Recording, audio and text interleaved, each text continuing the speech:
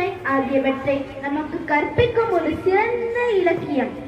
ஆண்டாள் அருளிய திருப்பாவை 4ஆம் நாள் பாசுரத்தை மாணவிகள் ஸ்ரீஜா, சுபஸ்ரீ, நிகிதா ஸ்ரீ ஆகியோர் இனிய குரலில் பாடி உங்களை மகிழ்விக்க வருகின்றனர்.